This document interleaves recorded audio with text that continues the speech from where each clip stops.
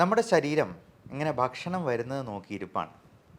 ഭക്ഷണം വന്നു കഴിഞ്ഞ് ഉടനെ തന്നെ അവനെ ഉരുക്കി അത്യാവശ്യത്തിന് മാത്രം ഊർജം എടുത്തിട്ട് ബാക്കിയെല്ലാം ഫാറ്റായിട്ട് സ്റ്റോർ ചെയ്യുക എന്നുള്ളതാണ് നമ്മുടെ ബോഡിയുടെ ഒരു ആറ്റിറ്റ്യൂഡ് തന്നെ.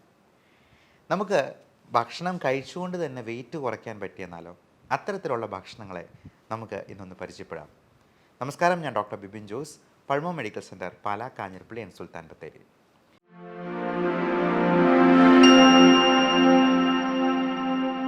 ചില തരത്തിലുള്ള ഭക്ഷണങ്ങളുണ്ട്. അത് ചെല്ലുമ്പോഴത്തേക്കും ശരീരം വിചാരിക്കും, ഈ ഭക്ഷണം എല്ലാം കൂടി ദഹിപ്പിക്കുമ്പോഴത്തേക്കും ഒരു 100 കാലറി എങ്കിലും എൻ്റെ കയ്യിൽ നിന്ന് ചിലവാകും. എന്നാൽ അതിൽ നിന്ന് കിട്ടുന്നതോ വെറും 10 കാലറി. അങ്ങനെയുള്ള ഭക്ഷണങ്ങളിൽ ചിലതാണ്. അതിൽ ഏറ്റവും അഗ്രഗണ്യൻ ചക്കയാണ്, ചക്കപ്പുഴുക്ക്.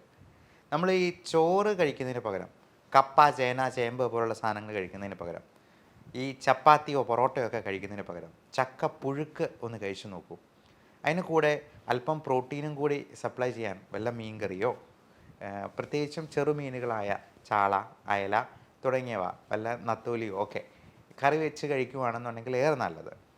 ഇത് രണ്ടും കൂടി കഴിച്ചെന്നാൽ നമുക്ക് ശരീരഭാരം കുറയും എന്നുള്ളതാണ് മനസ്സിലാക്കേണ്ടത്. അതേപോലെ നല്ലപോലെ പച്ച നിറത്തിലുള്ള പച്ചക്കറികൾ, പച്ച നിറം എന്ന് പറയാൻ കാരണം അതിൽ കൂടുതലായിട്ട് കരോട്ടനോയിഡ്സ് അല്ലെങ്കിൽ ഗ്രീൻ ലീഫി വെജിറ്റബിൾസിൽ അടങ്ങിയിരിക്കുന്ന ഫൈബർ കണ്ടൻറ്റ് അത് നമ്മുടെ കുടലിനെയെല്ലാം ഒരു ചൂല് പോലെ അടിച്ച് വൃത്തിയാക്കി നമ്മുടെ മലമെല്ലാം നല്ല സ്മൂത്തായിട്ട് രാവിലെ തന്നെ പുറന്തള്ളാനായിട്ട് സഹായിക്കുകയും ചെയ്യും. അപ്പോൾ ഈ ഗ്രീൻ ലീഫി വെജിറ്റബിൾസും അധികം മധുരമില്ലാത്ത പഴങ്ങളും ഒത്തിരി മധുരമുള്ള ഫ്രക്ടോസ് കണ്ടൻ്റുള്ള ഫ്രൂട്ട്സ് പലപ്പോഴും നമുക്ക് കൂടുതൽ കാലറി പ്രദാനം ചെയ്യും. അപ്പോൾ നമ്മൾ കഴിക്കുന്ന ഓരോന്നിലും കൃത്യമായിട്ടുള്ള കാലറി എത്രയുണ്ട് എന്നുള്ളത് നോക്കി മനസ്സിലാക്കി അത് നോട്ട് ചെയ്ത് വയ്ക്കുക. ഈയിടെ ആടുജീവിതത്തിന് വേണ്ടി പൃഥ്വിരാജ് 31 കിലോ വെയിറ്റ് കുറച്ചു എന്നാണ് പറയപ്പെടുന്നത്. ആ സിനിമ കാണാൻ പോയത് തന്നെ പൃഥ്വിരാജിൻ്റെ ആ ഡെഡിക്കേഷനും മേക്ക് ഓവറും ഒക്കെ കാണാനായിട്ടായിരുന്നു. അതിൽ നിന്നൊരു ഇൻസ്പിറേഷൻ കിട്ടാൻ വേണ്ടിയായിരുന്നു. അദ്ദേഹം അത് എങ്ങനെയാണ് കുറച്ചതെന്ന് ചോദിച്ചെന്നാൽ വെറും കട്ടൻ കാപ്പി മാത്രം കുടിച്ചിട്ടാണ്. പൃഥ്വിരാജ് മാത്രമല്ല, കൂടെ ആക്ട് ചെയ്ത ഗോകുൽ എന്ന് പറയുന്ന നടനും കട്ടൻ കാപ്പി മാത്രം കുടിച്ചു, മധുരമില്ലാത്ത കട്ടൻ കാപ്പി. അത്തരത്തിലുള്ളൊരു കോഫി കൂടി ഞാൻ ഈ കൂടെ പരിചയപ്പെടുത്തുകയാണ്. കുർക്കുമിൻ കോഫി എന്ന് പറയാം. നമുക്കറിയാം, കുർക്കുമിൻ എന്ന് പറയുന്നത് മഞ്ഞളിൽ അടങ്ങിയിരിക്കുന്ന ആക്റ്റീവ് ഇൻഗ്രീഡിയൻ്റ് ആണ്. അതിൽ ഒരുപാട് ആൻറ്റി ഓക്സിഡൻറ്റ് പ്രോപ്പർട്ടീസ് ഉണ്ട്. പക്ഷേ നമുക്ക് ഈ മഞ്ഞൾ കലക്കി കുടിച്ചെന്നാൽ ഈ ആൻറ്റി ഓക്സിഡൻറ്റ് പ്രോപ്പർട്ടീസ് കിട്ടത്തില്ല. പലപ്പോഴും ഈ ഡൈക്ലോഫെനാക്ക് എന്ന് പറയുന്ന വേദന സംഹാരിയായിട്ടുള്ള NSAID ഗ്രൂപ്പിൽ പെടുന്ന മരുന്നിനേക്കാൾ കൂടുതൽ എഫക്റ്റീവായിട്ട് നമുക്ക് ഈ ജോയിൻസിലുള്ള നീർക്കെട്ട് കുറയ്ക്കാനും വേദന കുറയ്ക്കാനും ഒക്കെ ഈ കുർക്കുമിൻ കൊണ്ട് സഹായിക്കും. അതുപോലെ കഫക്കെട്ട്, ബ്രോങ്കൈറ്റിസ്, റൈനൈറ്റിസ് തുടങ്ങിയുള്ള പ്രശ്നങ്ങൾക്കുമൊക്കെ കുർക്കുമിൻ ഒരു പ്രതിവിധിയാണ്. എന്നാൽ ഈ കുർക്കുമിൻ നമുക്ക് മഞ്ഞളിൽ നിന്ന് കിട്ടണമെന്നുണ്ടെങ്കിൽ, ബയോ അവൈലബിൾ ഫോമിൽ കിട്ടണമെന്നുണ്ടെങ്കിൽ 1 കിലോ എങ്കിലും മഞ്ഞളെടുത്ത് നമ്മൾ കലക്കി കുടിക്കേണ്ടതായിട്ട് വരും. അത് വയറിന് പ്രശ്നം ഉണ്ടാക്കാനോ അലർജി ഉണ്ടാക്കാനോ ഒക്കെ കാരണമാകും. പകരം ഈ കുർക്കുമിൻ എന്നുള്ളത് ഏറ്റവും നല്ല ഗ്രീൻ കോഫി എക്സ്ട്രാക്റ്റുമായിട്ട് അതിൻ്റെ ആ ഒരു നാനോ മോളിക്യൂളുമായിട്ട് കമ്പൈൻ ചെയ്ത് കുർഫി എന്ന പേരിൽ നമുക്കിപ്പോൾ അവൈലബിൾ ആണ്. ഞാൻ കുർഫി എല്ലാ ദിവസവും രാവിലെ തന്നെ 2 കപ്പെങ്കിലും കുടിക്കാറുണ്ട്. അത് 3-4 പ്രാവശ്യം. നമുക്ക് വിശപ്പ് തോന്നുമ്പോഴെല്ലാം നമ്മൾ ഈ ഭക്ഷണം എടുത്ത് കഴിക്കുന്നതിന് പകരം നല്ല പഞ്ചസാരയുള്ള, മധുരമുള്ള ബേക്കറി പലഹാരങ്ങളോ മൈദ അടങ്ങിയിട്ടുള്ള സാധനങ്ങളോ കഴിക്കുന്നതിന് പകരം ഇതുപോലെ ഒരു കട്ടൻ കാപ്പി അല്ലെങ്കിൽ ഒരു കുർഫി, അതല്ലെന്നുണ്ടെങ്കിൽ നല്ല ജീരകം ഇട്ട് തിളപ്പിച്ച വെള്ളം, ഇങ്ങനെയുള്ള സാധനങ്ങൾ കഴിച്ച് 0 കാലറി ഫുഡിൽ നമുക്ക് മെയിൻറ്റെയിൻ ചെയ്യാൻ പറ്റുവാണെങ്കിൽ വെയിറ്റ് തീർച്ചയായിട്ടും കുറയാം. ഒരു ദിവസത്തെ ഡിന്നർ സ്കിപ്പ് ചെയ്തെന്നാൽ തന്നെ നമുക്ക് 200 മുതൽ 250 ഗ്രാം വരെ വെയിറ്റ് കുറയും. അത് രാവിലെ ഒരു ഡിജിറ്റൽ വെയിങ് ബാലൻസ് വെച്ച് നോട്ട് ചെയ്ത് വെക്കുക. നമുക്ക് വയറ്റിൽ നിന്നൊക്കെ പോയതിന് ശേഷം ഒന്ന് നോട്ട് ചെയ്തെന്നാൽ നമുക്ക് കറക്റ്റ് ഏറ്റവും ലോവസ്റ്റ് വെയിറ്റ് കിട്ടും. നമുക്ക് ആ ദിവസം കിട്ടാവുന്നതിലെ ലോവസ്റ്റ് വെയിറ്റ്. അത് ഓരോ ദിവസവും കൃത്യമായിട്ട് നോക്കിയെന്നാൽ ഈ വെയിറ്റ് കുറയുന്നത് കാണുമ്പോൾ നമുക്ക് തന്നെ ഒരു സംതൃപ്തി ഉണ്ടാവും. അപ്പോൾ ഇതിനോടൊപ്പം നമ്മൾ ഡയറ്റിൽ ഹൈ കാലറി ആയിട്ടുള്ള ഫുഡെല്ലാം പാടെ ഒഴിവാക്കുക.